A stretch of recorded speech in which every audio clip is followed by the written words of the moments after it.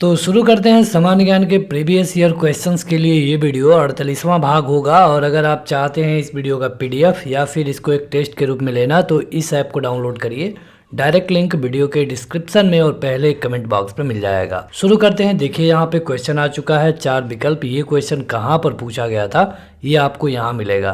किसी भी one day exam के लिए आप इस वीडियो को देख सकते हैं। क्वेश्चन है कि राज्यसभा के सदस्यों का चुनाव किसके द्वारा किया जाता है। जो राज्यसभा के सदस्य होते हैं उनका चुनाव कैसे होता है। तो देखिए राज्यसभा के सदस्यों के चुनाव के बारे में आर्टिकल 84 में बताया गया है और वहाँ पे कहा गया है कि जो विधानसभा के चुने गए सदस्य होंगे उनके द्वारा जो राज्यसभा के सदस्य होंगे उनका चुनाव किया जाएगा। अगर हम बात कर रहे हैं राज्यसभा की तो यहाँ पर मैक्सिमम 250 लोग हो सकते हैं। यूपी जो कि सबसे बड़ा स्टेट है, यहाँ से सबसे ज़्यादा लोग चुन करके जाते हैं। और आप देखेंगे कि राज्यसभा का जो एक मेंबर होता है 6 साल के लिए चुना जाता है और जो राज्यसभा है ये एक अस्थाई सेशन है, इसको कभी भी भंग नहीं किया जा सकता है। अगला है कि संसदीय स्वरूप की सरकार में, जैसे संसदीय स्वरूप की सरकार में क्या होता है। जैसे इंडिया की बात करें, यहाँ पे संसदीय सरकार है तो यहाँ पे क्या होता है, तो यहाँ पे जो कार्यपालिका होती है विधानमंडल के प्रति उत्तरदायी होती है। मतलब कि कुछ भी काम होगा, कुछ भी दिक्कत होगी तो जो कार्यपालिका प्रमुख है उनको विधानमंडल में जाकर के जवाब देना पड़ेगा। अब कार्यपालिका प्रमुख कौन होता है, तो अगर हम स्टेट लेवल पे बात करें तो स्टेट लेवल पे प्रमुख होता है सीएम और सेंट्रल लेवल पे प्रमुख होता है पीएम। क्वेश्चन सीजीएल टायर 1 2016 में ये पूछा गया था। यदि किसी जनजाति को अनुसूचित जनजाति की सूची से निकालना हो तो ऐसा करने की शक्ति किसको प्राप्त है। जैसे देखिए जो जिन जातियों को ज़्यादा रिजर्वेशन की बात होती है या फिर जिनको थोड़ा सा ऊपर लाने के लिए बात की जाती है तो उनको शेड्यूल कास्ट के श्रेणी में रखा जाता है। लेकिन अगर किसी जनजाति को उसमें से निकालना हो तो पूछा गया है कि ये पावर किसके पास है। अधिकतर इस तरह के क्वेश्चन का जो सही उत्तर होगा ये होगा संसद, क्योंकि राष्ट्रपति से भी ज़्यादा पावरफुल होता है संसद। सुप्रीम कोर्ट और संसद पावरफुल दोनों होते हैं लेकिन दोनों अपने अपने जगह पे होते हैं। सीजीएल टायर 1 का ये क्वेश्चन है। लोकसभा के अध्यक्ष को उसके पद से किसके द्वारा हटाया जा सकता है। लोकसभा में होते हैं 550 लोग, इनका चुनाव होता है 5 साल में। चुन करके जब आते हैं 540 या फिर जितने भी लोग, इनमें से चुनाव होता है। चुन करके आने के बाद जिसको ज़्यादा मत मिलता है उसको वो बनता है लोकसभा का स्पीकर। और अगर लोकसभा के स्पीकर को हटाने की बात आती है तो ये बताया गया है आर्टिकल 94 में। आर्टिकल हम हर जगह आपको बताते जा रहे हैं ताकि आप इसमें से कुछ भी याद ज़रूर रखें। आर्टिकल याद रखने से आपका जब क्वेश्चन थोड़ा सा हार्ड बनेगा तो वहाँ इसको पूछा जा सकता है। देखिए जब लोकसभा के अध्यक्ष को हटाना होगा तो लोकसभा में एक प्रस्ताव लाया जाएगा और अगर वो पारित हो जाता है, ठीक है, अगर वो पारित हो जाता है तो मान लिया जाएगा कि लोकसभा के स्पीकर हट गए। हालांकि यहाँ पे कई सारी कंडीशन है, 14 दिन पहले आपको उनको बताना पड़ेगा। बहुमत से आप उनको हटा सकते हैं। लोकसभा सचिवालय सीधे किसके नियंत्रण में आता है। लोकसभा सचिवालय के बारे में आप पढ़े होंगे। जो अधिकारी होते हैं लोकसभा के कार्यकाल को जो देखते हैं अधिकारी, तो ये होता है लोकसभा अध्यक्ष के अंडर में। चलिए आप कमेंट करके बताइए कि मौजूदा लोकसभा अध्यक्ष कौन है और ये कहाँ से चुन करके आए हैं। अगला है कि सांसदों की अयोग्यता संबंधी विवादों का फैसला कौन करता है। जैसे कि कोई सांसद जी जीत करके आ गए, उन पर ये मामला उठने लगा है कि ये योग्य नहीं है, तो इस तरह के विवादों का फैसला कौन करेगा। तो इस तरह के विवाद में देखिए होता क्या है कि अयोग्य मतलब क्या, अब ऐसा थोड़ी है कि वो नेताजी बनने लायक नहीं है। अगर आप भारत में देखेंगे तो मैक्सिमम लोग वैसे ही नेता हैं जो जिनको पढ़ने का ज्ञान नहीं है, थोड़ी कम नॉलेज है या फिर इस तरह के लोग। तो अयोग्यता से पढ़ाई और शिक्षा का बिल्कुल मतलब नहीं है, खास करके भारत में। लेकिन अयोग्यता कहने का ये मतलब है कि जैसे कि आपको पता होगा कि 52वें संविधान संशोधन 1985 में दल बदल कानून लाया गया। कोई भी व्यक्ति 1/3 से कम लोगों के साथ अगर किसी और दल में जाएगा तो दल बदल का कानून लगेगा। तो यहाँ पे दल बदल अगर आप करते हैं तो वहाँ पर आप पे अयोग्यता का नियम लगता है और ये होता है चुनाव आयोग का परामर्श लेकर के राष्ट्रपति दल बदल कानून पे कार्रवाई कर सकता है। भारतीय संसद की सबसे बड़ी कमेटी कौन सी है। भारतीय संसद सबसे बड़ी कमेटी कहने का ये मतलब है कि जिसमें ज़्यादा लोग होंगे, वो जाहिर सी बात है कि सबसे बड़ी कमेटी होगी। लोक लेखा समिति, प्राक्कलन, सार्वजनिक, संयुक्त, सारी कमेटियाँ होती हैं। इसके अलावा भी कई कमेटियाँ होती हैं, लेकिन जो सबसे बड़ी होती है ये होती है प्राक्कलन समिति। सीजीएल टायर 1 2016 का ये क्वेश्चन है। देखिए, क्वेश्चन बताने के बाद 2 से 3 सेकंड जब हम एक्सप्लेन कर रहे हैं उस समय अगर आप चाहें तो अपना उत्तर कमेंट करके बता सकते हैं।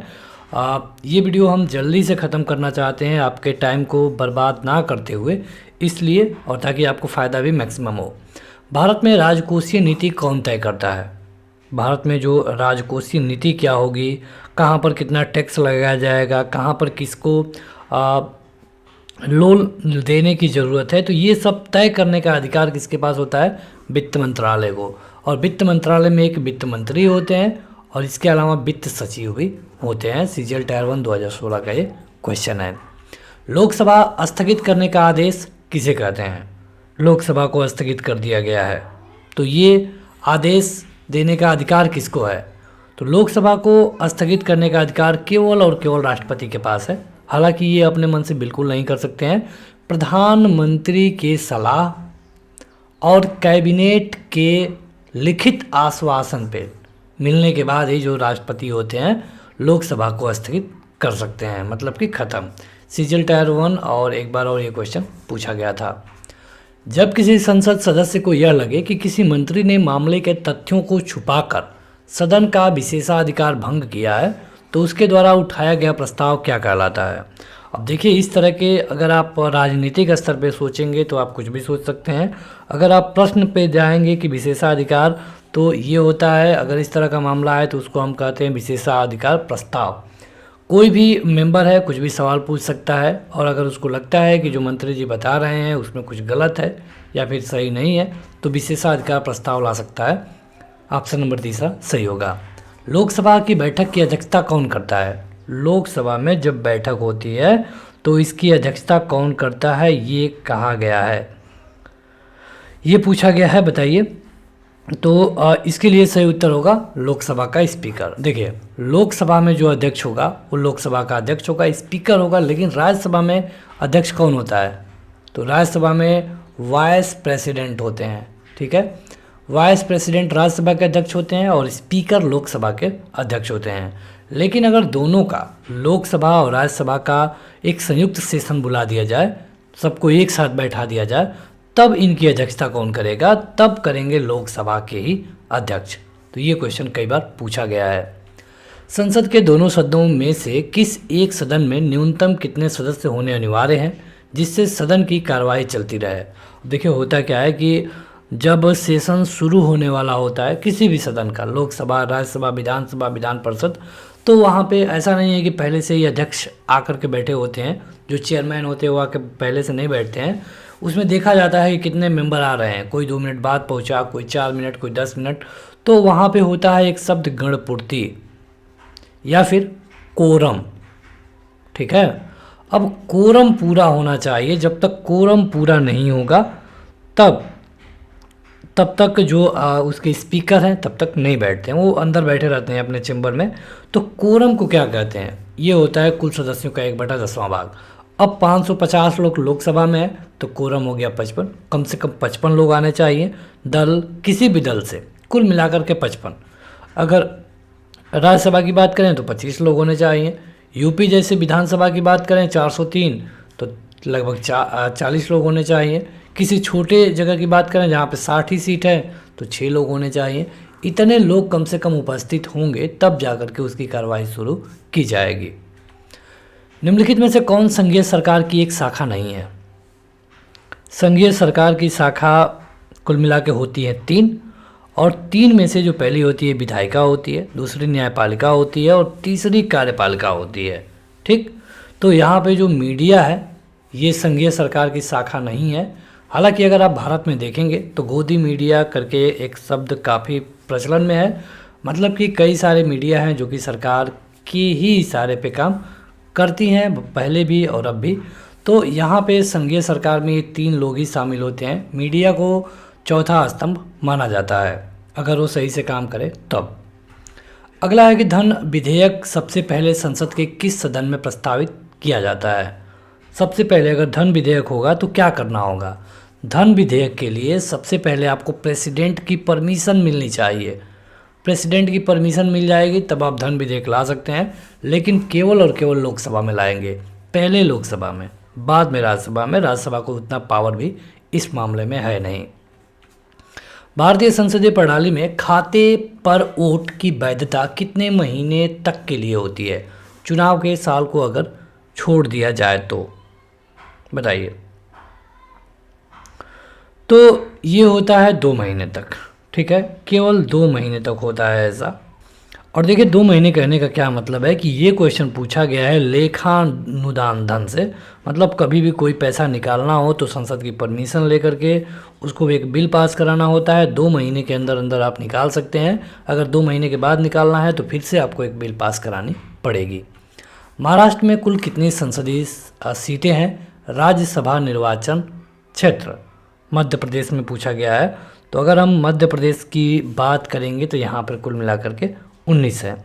अगर आप देखेंगे कि इस समय राज्यसभा में तो वैसे तो 250 लोग हैं, लेकिन 245 लोग ही चुन करके जा पाते हैं, जिसमें से 245 में से भी 233 लोग चुन करके जाते हैं।